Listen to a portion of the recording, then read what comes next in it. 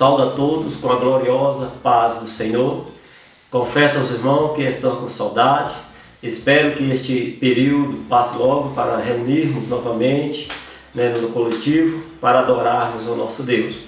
Mas nesta ocasião estamos aqui para transmitir a lição, dando sequência aqui à lição bíblica da Escola Bíblica Dominical, onde estamos com a revista que tem o seu tema geral, a Igreja Eleita, redimida pelo sangue de Cristo e selada com o Espírito Santo da promessa. Esse é o tema geral da nossa revista e a lição é a lição de número 6, que tem o seu título, A Condição do Gentio sem Deus. E tem o nosso texto-alvo que diz: portanto, lembrai-vos de que vós, noutro tempo, ireis gentio na carne, e chamados incircunciso, pelo que na carne se chama circuncisão, feita pelas mãos dos homens. Se encontra em Efésios 2, versículo 11.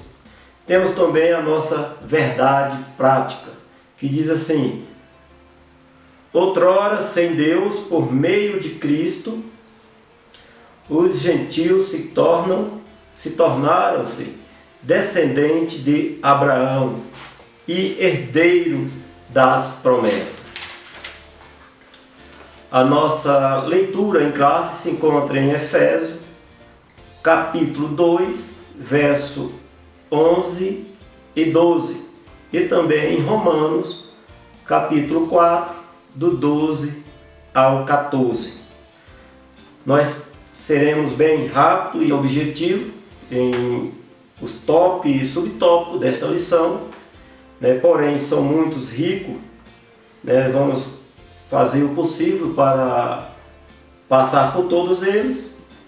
E temos a nossa introdução que diz: na presente lição veremos que o autor aos Efésios, sabendo que o autor aos Efésios é Paulo, lembra aos gentios de que antes da regeneração eles eram incircuncisos e havia experimentado 5 formas de privações.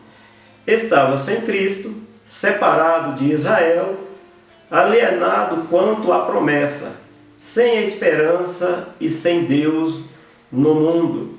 Logo estudaremos cada um desses aspectos. Veja bem quanto conteúdo nós temos nesta lição.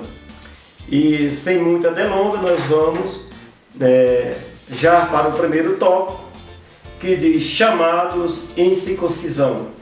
Este primeiro tópico vem com 4 subtópicos, sendo o primeiro o conceito de circuncisão. O conceito de circuncisão é a remoção cirúrgica do prepúcio do órgão sexual masculino. Era prescrito na lei como sinal externo de quem pertencia ao povo da aliança com Deus. Então nós já podemos observar que aqui está o conceito do que é circuncisão. É a remoção cirúrgica do prepúcio do órgão sexual masculino, e que também era prescrito na lei como um sinal externo de quem pertencia ao povo da aliança com Deus. Então todo este povo era um povo que tinha uma aliança com Deus, era circuncidado, E os gentios, que aqui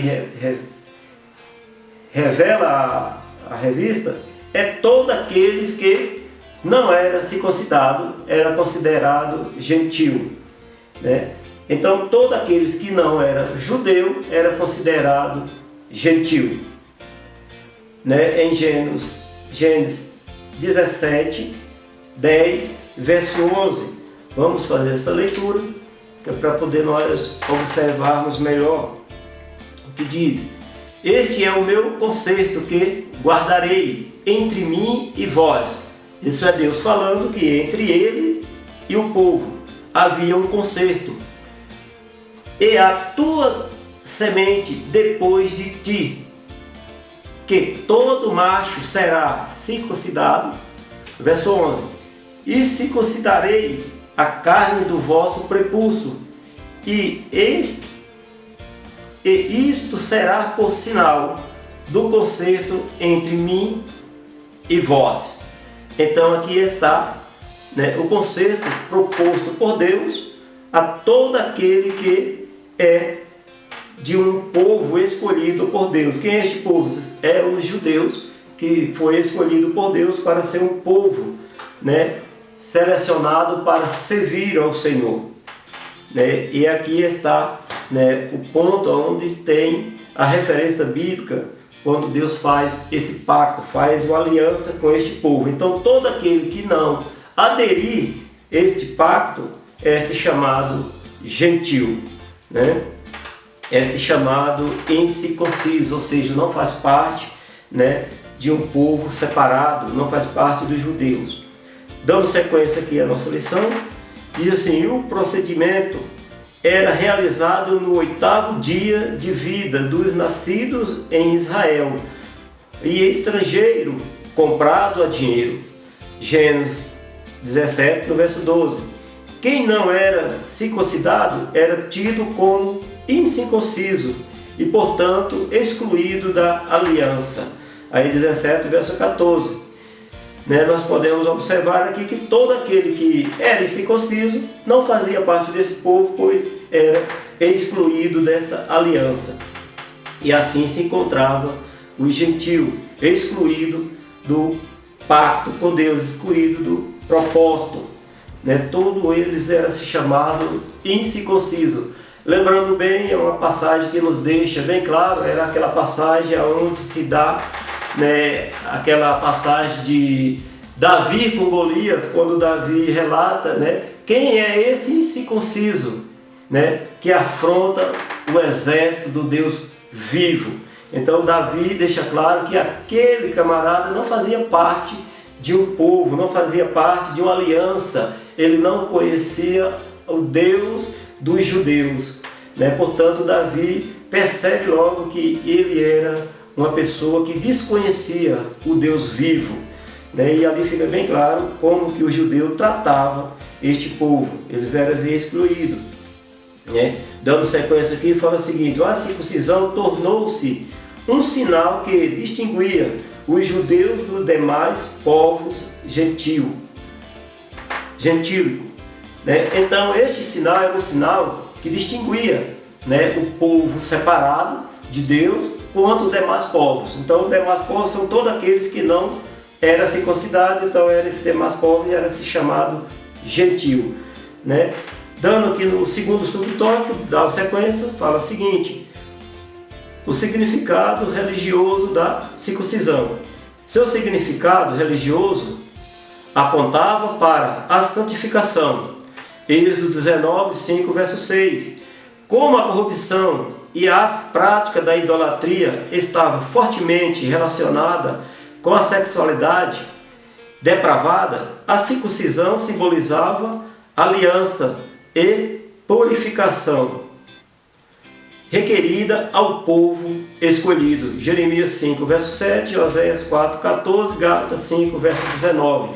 Era algo tão sério que os judeus recusavam-se até mesmo a comer com os incircuncisos. Atos 11, verso 3. Então aqui nós encontramos o significado religioso da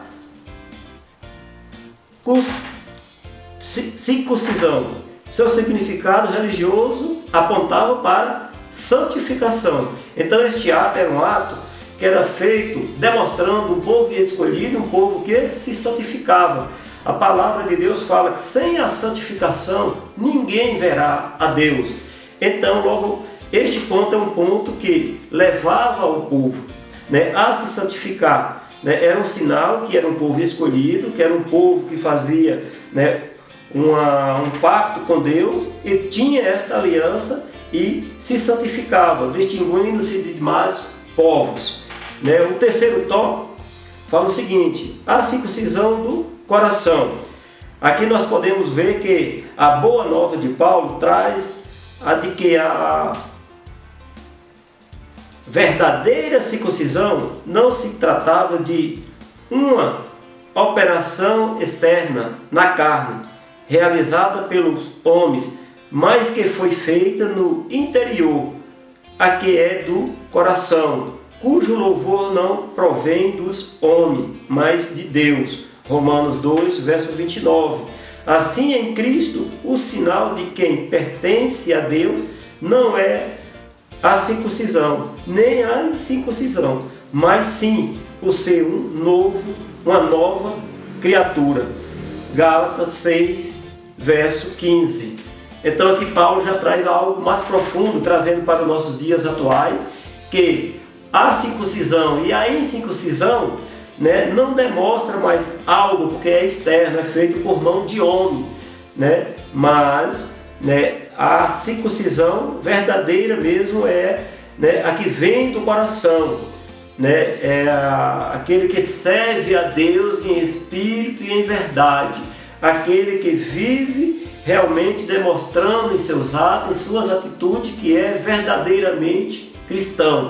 Então, para nós, trazendo para nós hoje, esta é o verdadeiro homem circuncidado que tem um pacto e uma aliança, vive em uma nova aliança com Cristo, ou seja, ele passa a ser uma nova criatura diante de Deus, que as coisas velhas ficou para trás e eis que fez tudo novo. Assim diz a palavra do Senhor. Vamos lá em Gálatas, no 6, no verso 15. Gálatas 6, verso 15. Nós vamos observar que a nova criatura é o que pode, 6, Gálatas 6, verso 15, diz assim a palavra do Senhor: porque em Cristo Jesus nem a circuncisão nem a incircuncisão tem virtude alguma, mas sim o ser uma nova criatura.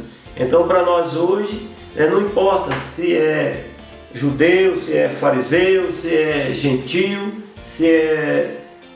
não importa o tipo de pessoa ou de raça que você vem. O importante é que você fez uma nova aliança, aceitou a Cristo como seu Salvador e você agora é uma nova criatura. Então você fez uma nova aliança, e você passa a ser, uma pessoa que anda segundo o conceito de Deus, orientado pela presença do Espírito Santo de Deus. Então esta é a circuncisão do coração.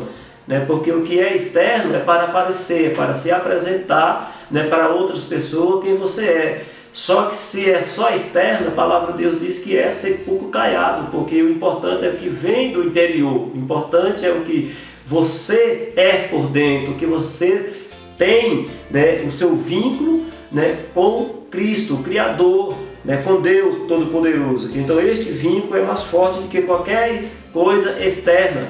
E muitas vezes nós demonstramos no externo, mas o nosso interno diz, diferente. Então já somos mentirosos, e assim nós andamos pecando. Mas quando nós somos verdadeiros e adoramos em espírito e em verdade, e andamos, com nossas condutas, segundo a orientação de Deus, aí nós somos cristãos verdadeiros, somos homens e mulheres que temos esta aliança e somos escolhidos e fazemos parte de um povo que tem uma esperança naquele que o prometeu. Amém? O quarto ponto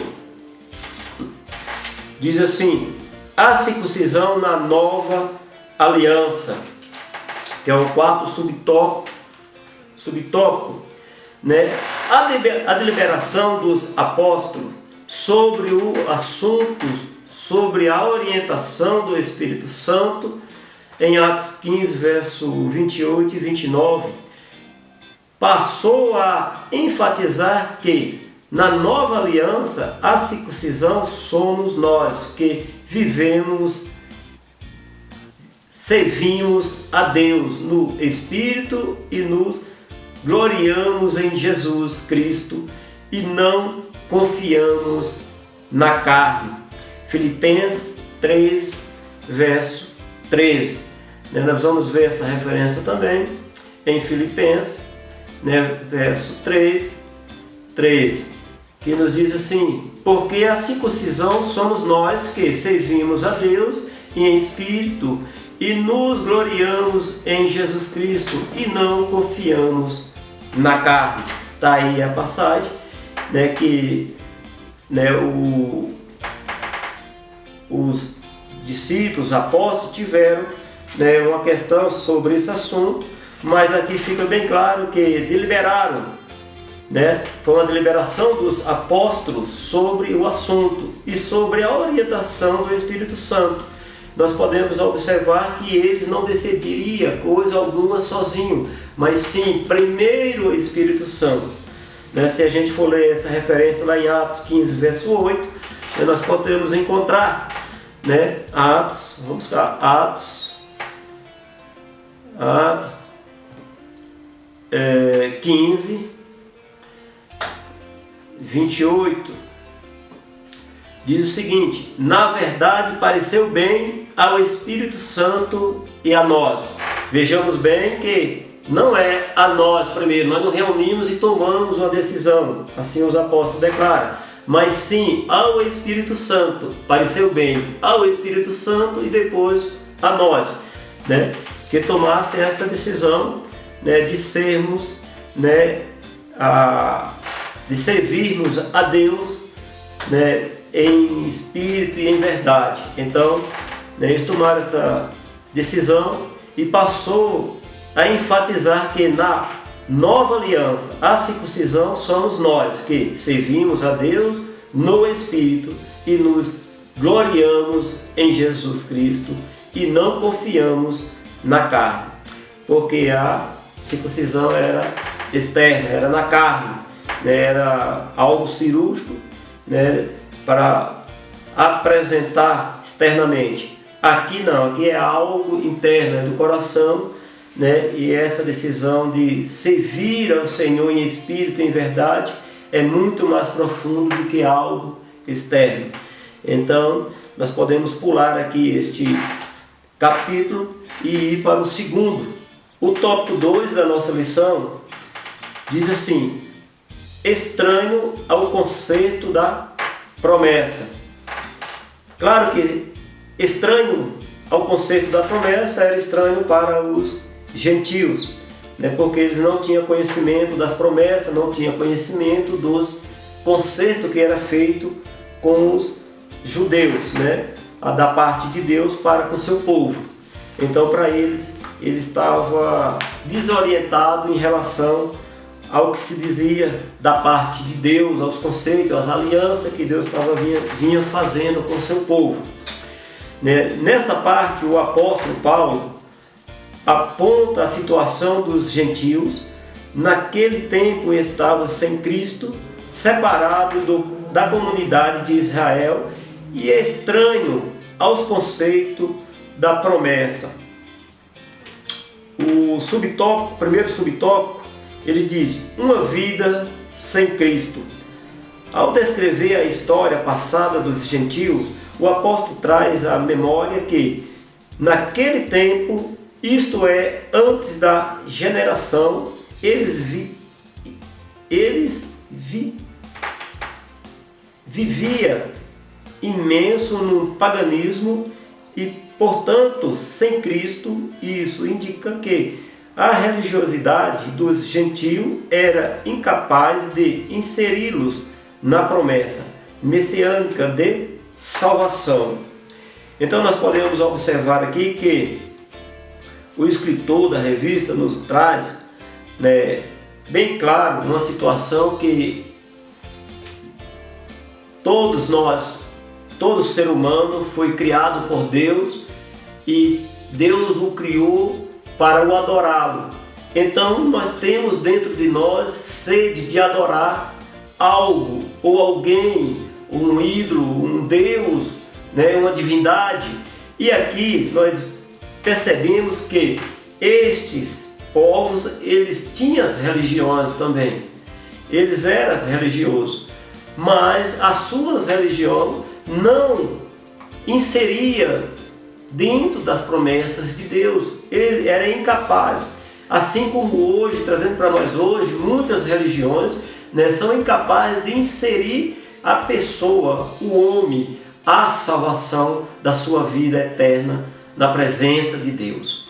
Né, nós sabemos que muitas religiões, né, faz menção de um Deus, mas não tem, né, os fundamentos, não tem as alianças, não observa, portanto a sua religião ela se torna incapaz de receber a graça, de receber tudo aquilo que Deus o promete para o futuro. Né? Nós temos aqui bem claro, né, que fica claro que essas pessoas não tinham, né, a salvação, né, porque estava alheio às promessas de Deus. Assim também não é diferente nos dias que estamos vivendo, nos dias de hoje. Né? As religiões, né, são muitas, mas o nosso Deus é um só. E aquele que não observa, muitas vezes nós estamos, né, achando que estamos certos, mas o foco pode estar errado. E se nós errarmos o alvo, toda a nossa vida será, né, servindo em vão. Né? Em João, no capítulo 4, no verso 2, vamos buscar esta referência.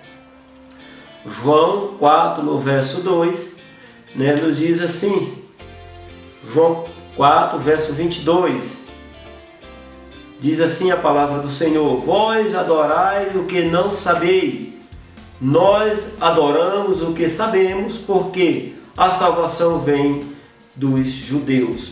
Vós adorais o que não sabeis, nós adoramos o que sabemos. Isto é Jesus. É aquela passagem quando Jesus tem aquele encontro com aquela mulher samaritana. Portanto, aquela mulher também teria uma religião e ela servia a um Deus certamente, mas o próprio Jesus disse que ela não conhecia, que ela, né, não sabia ao certo aonde esta religião poderia o conduzi-la.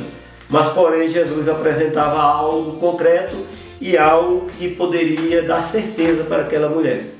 Né? Então, esta referência nos mostra que, mais uma vez, que nem todas as religiões, né, estão com seu foco ou seu alvo correto.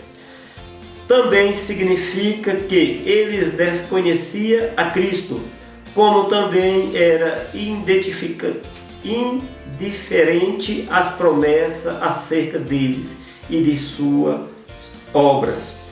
Né? Então, se eles não tinham conhecimento dos pactos, das alianças, logo mais eles não poderiam desfrutar das promessas a qual o Deus Todo-Poderoso prometia e cumpria-se entre o seu povo. Então eles, né, estavam exclusos a essa situação por falta de conhecimento. Então eles não tinham este conhecimento porque eles não foram, né, orientados a isso. Eles não eram, né, da turma escolhida. Né? O subtópico 2 nos diz: separado da comunidade de Israel. Ainda no versículo 12, o apóstolo salienta a desvantagem de os gentios não pertencer à comunidade de Israel. Eles estavam exclusos não só dos símbolos externos, mas também não fazia parte do povo escolhido e, consequentemente, não podia usufruir dos privilégios da aliança de Abraão. Então nós podemos observar mais uma vez que eles estavam exclusos totalmente, tanto das promessas como das bênçãos, porque não conhecia nada a respeito deste Deus vivo. Né? Romanos 9, verso 4. A constatação cruel era de que Deus não havia se revelado aos gentios, pois a chamada divina foram feitas somente a Abraão e a sua descendência. Gênesis 17, verso 17. Nessa expectativa, a lei e as promessa pertencia somente aos judeus e deste modo os gentios estavam fora do alcance das bênçãos prometidas a Abraão, a Isaque e a Jacó. Entretanto, o que os gentios precisavam saber era que, por meio de Cristo, eles também se tornariam descendentes de Abraão. Glória a Deus. Gálatas 13, verso 29. Aí aqui já alcança todos que não têm a promessa, possa ter também a promessa prometida a Abraão, a Isaque e a Jacó, por intermédio de Cristo. Todos agora podem ter e ser em Cristo Jesus. Então, aqui nós podemos perceber que antes todo estava separado, todo estava de uma forma sem condições de ser inserido em um povo de Deus, separado para Deus. Mas aqui já começa a nos mostrar em Mateus 22, verso 32, que nós podemos ser inseridos nos que têm as mesmas promessas que foram prometidas a Abraão, a Isaque e a Jacó. Entretanto, que os gentios precisavam saber era que por meio de Cristo eles também se tornariam descendentes de Abraão. E aí eles ficaram sabendo isso, chegando até nós hoje, que nós também não fazia parte deste povo, então nós também era gentio e hoje nós somos pessoas inseridas no corpo de Cristo. 3, o subtópico 3 fala o seguinte: aliança, alienado aos pactos das promessas. Uma vez separado da comunidade de Israel, os gentios se desconheciam totalmente os vários pactos que Deus estabeleceu com os patriarcas israelitas. Esses pactos giravam em torno da grande promessa do advento do Messias. Em Atos 13, 32, 37, dentre eles o pacto abraâmico, ou seja, o pacto com Abraão, em Gênesis 12, 1, 13. O pacto mosaico, pai com Moisés, e o pacto com Davi em 2 Samuel 7, 13 a 16. Esses pactos eram reiterações das promessas messiânicas. Os gentios não tinham noção deles e, por consequente, estava alienado de qualquer promessas ou esperança messiânica. Agora, uma vez regenerado em Cristo e revelada a grandeza do amor divino. Então, uma vez revelado a grandeza do amor divino, eles tinham condições de ser também herdeiro de todas as promessas que vinha a ser revelada através desses pactos, o pacto com Abraão, o pacto com Moisés e o pacto com Davi. Então, uma vez o amor de Deus, a grandeza do amor de Deus em Cristo Jesus nos insere novamente a ser também herdeiro. Por meio do sangue de Jesus, os gentios tornaram-se herdeiros das maravilhosas promessas. E assim todos nós se tornamos herdeiros de todas as promessas a qual foram prometidas através da aliança. E tanto que hoje nós, uma vez por mês, quando nós viemos à casa do Senhor a participar da Santa Ceia, nós afirmamos a aliança com o nosso Deus, que é o sangue, ali simbolizado pelo vinho, aonde lá em Coríntios, mostra 1 Coríntios 11, a partir do verso 23 em diante, nos mostra que nós renovamos esta aliança, né? Que o irmão tiver a oportunidade, pode ir lá e ler e ver que é uma renovação de aliança. E nós fazemos isso, é muito importante nós renovarmos esta aliança com Deus todas essas vezes. E assim, né, nós fazemos parte de um novo conceito, de uma nova aliança, né, para com o nosso Deus, né, e alimentando uma esperança que tudo que foi prometido através desta aliança se cumprirá. Assim é a esperança daquele que serve ao Senhor, que tudo que o Senhor prometeu cumprirá sobre a face desta terra. Amém? No tópico 3, vamos para o tópico 3. O tópico 3 nós temos apenas 2 subtópicos, né? E diz o seguinte: sem esperança e sem Deus. Sem esperança e sem Deus. Quem sem esperança?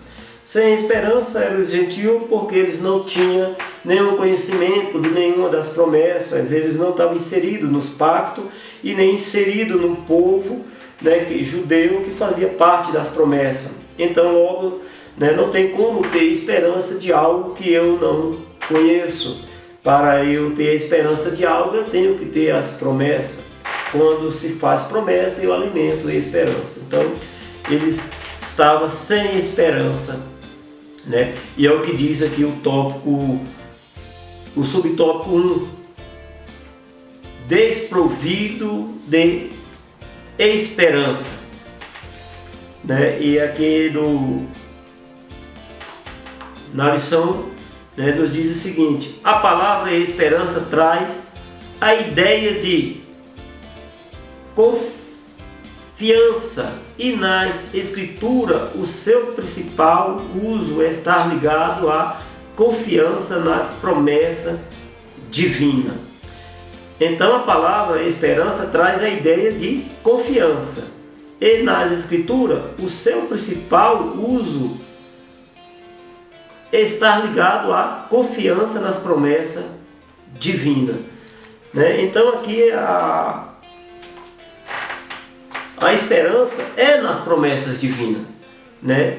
Porque, como falei, não tem como, né, nós alimentarmos a esperança se não temos, né, promessas. Se não temos conhecimento das alianças, não temos conhecimento das promessas, então essas esperanças já não existem. Então por isso, este povo, os gentios, todos aqueles que não faziam parte, né, dos judeus, era um povo sem esperança, era um povo que não alimentava, né, a esperança, né? Como a esperança é a âncora para a alma, os gentios desprovidos dela padecia de medo e incerteza.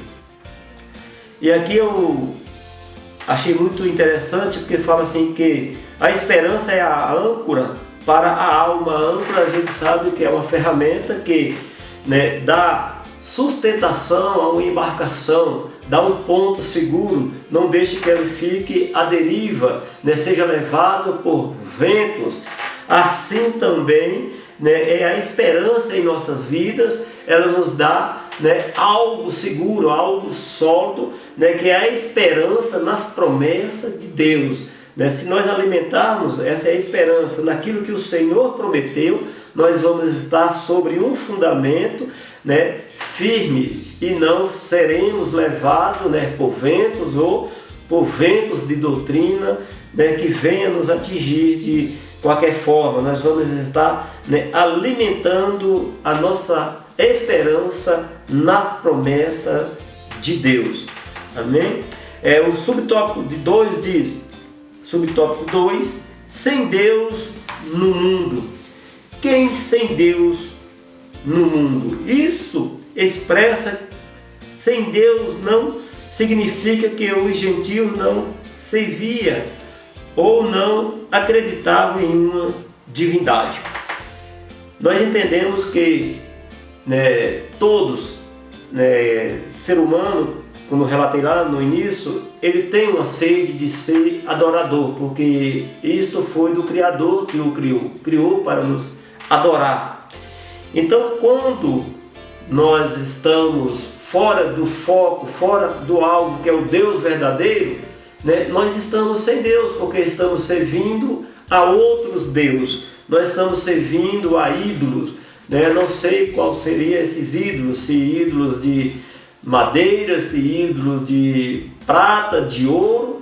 A Salmo faz menções, né, que alguns não têm boca, mas não fala, tem olhos, mas não enxerga, tem ouvido, mas não ouve. Então, servir desta forma a um Deus que não se revela, um Deus que não, né, fala conosco, não dá direção, não nos orienta, é muito bom, né? Mas isso não significa que eles não tinham um Deus. Tinha sim, eles serviam suas religiões, mesmo que fosse pagã, mas servia, assim como, né, nos dias de hoje muitos, né, que não servem a um Deus verdadeiro, eles falam que tem um Deus, né? Eles falam que crê num Deus, né? Mas o tópico aqui nos mostra que eles tinham um Deus, né? Sem Deus no mundo é porque não estava, né, servindo realmente um Deus, né, de Abraão, de Isaac e de Jacó, o Deus verdadeiro. E assim não tem muito o que comentar sobre esse versículo, sobre este segundo tópico, porque, né, sem Deus é exatamente isso, servir a outros deuses que não eram o Deus verdadeiro, né? E hoje nós podemos observar que muitos anos aí cego de entendimento, né, o ser humano ele tem uma sede de ser adorador, então ele adora, né, muitas vezes aquilo que é conveniente a ele mesmo, ele cria caminhos próprios para ser, né, o adorador daquilo que ele o cria, né? Assim nós chegamos no final da nossa lição, né? Mas nossa lição temos uma conclusão que eu gostaria de ler também. A nossa conclusão nos diz: noutro tempo éramos incircuncisos e estávamos excluídos da aliança com Deus, separados de Cristo e de Israel. Vivíamos alienados ao concerto das promessas, desesperançados e longe de Deus. Um dia, porém, a magnitude do amor divino circuncidou os nossos corações, aproximou-nos de Cristo e de Israel, incluiu-nos na esperança das promessas e revelou-nos o único e verdadeiro Deus. Bendito seja o seu santo nome para sempre. E que o Espírito Santo do Senhor possa trazer entendimento aos vossos corações e que nós possamos a cada dia estar observando mais e mais, né, o que diz a palavra do Senhor às nossas vidas. Que Deus o abençoe, fique na paz de Cristo e deixe aí o seu joinha para que nós possamos estar dando continuidade. A palavra de Deus precisa ser cada vez mais espalhada sobre a face desta terra. Amém? Deus o abençoe.